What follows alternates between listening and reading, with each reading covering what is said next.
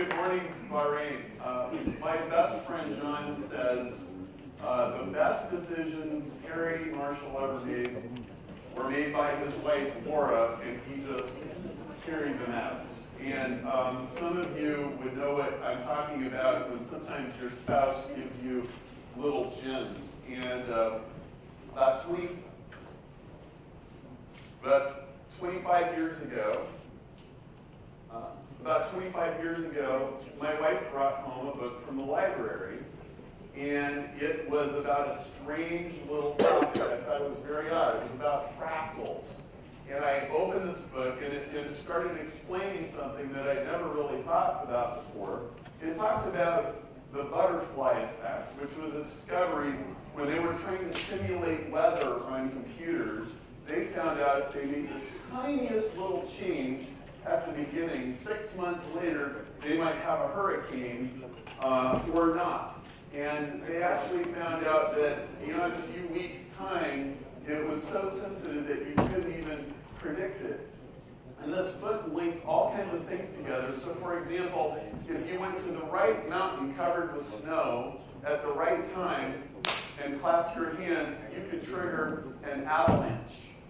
And the whole mountain of snow would come down. Well, I was suddenly fascinated by this, and I realized as I read this book that cause and effect are never equal.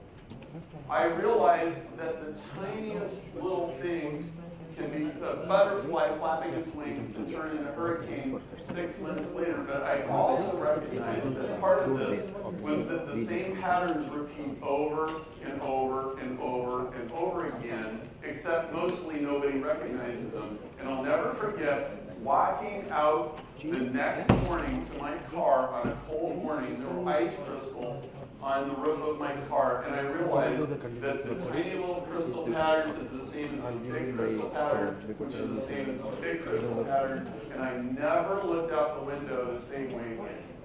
Well, fast forward 10 years, and I was reading another book, and it was called The 80-20 Principle by Richard Koch. And I learned about 80-20, which says that 20% of your effort generates 80% of your rewards, and 80% of your effort only generates 20%. And he made a little offhand comment just on page 14. He said, this has a lot to do with chaos and fractals. And I suddenly, a whole universe of, it's like suddenly two worlds just bang together, and I suddenly realized, oh my goodness, these two things are the same thing. And I began, I jumped up, I was in a coffee shop, I jumped up, I ran home, I got a calculator, and I started looking at my business. I had been in business for 1 year.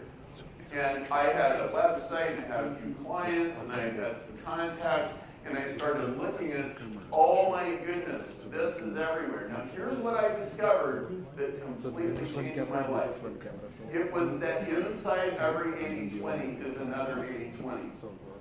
Just kind of like inside every snowflake is another ice crystal that's small. Okay? And that one snowflake makes a whole snowstorm. And so here's what that means. It means 80% of your effort comes from 20% of what you do, but 80% of the 80% comes from 20% of the 20%. And 80 of the 80 of the 80 comes from 20 to 20 to 20.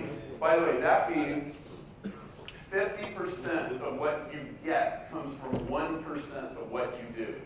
And it keeps going. And you will find this is true. You can look at the GDP of 234 countries in the world, and you will see 80-20. You can look at the Fortune 500, and it's still 80-20. You can look at the top 10 wealthiest people in the world, and it's still 80-20. And what this means is that tiny hinges swing big doors. Now, the last thing that I want to say that I really want you to get is that it's not really about 80 versus 20. Sometimes it's 70-30. Sometimes it's 90-10.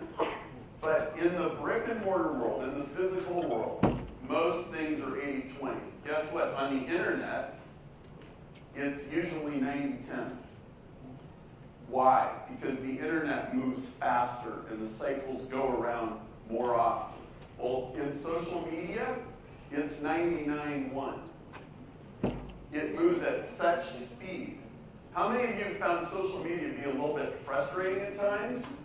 It's because it's 99-1. 99% of what you get is going to come from 1% of what you do. And the other 99% you do is only going to produce 1%. The thing you need to do is stop trying to make things equal. Most of us are trying to push a rope, and you can't do that. What you need to do is step back and pay attention to ask yourself, what is working? And how can I harmonize with natural forces? Every successful business, every successful political campaign, every successful educational endeavor harnesses natural forces. And you want to harmonize with the world. There is a way that the river wants to flow. And the river does not want to flow in a straight line. Ever. Next time you're in an airplane, look out the window and look at the rivers and note none of them travel in straight lines. And if you can internalize that and if you can flow with that, life becomes so much easier. Thank you for inviting me today.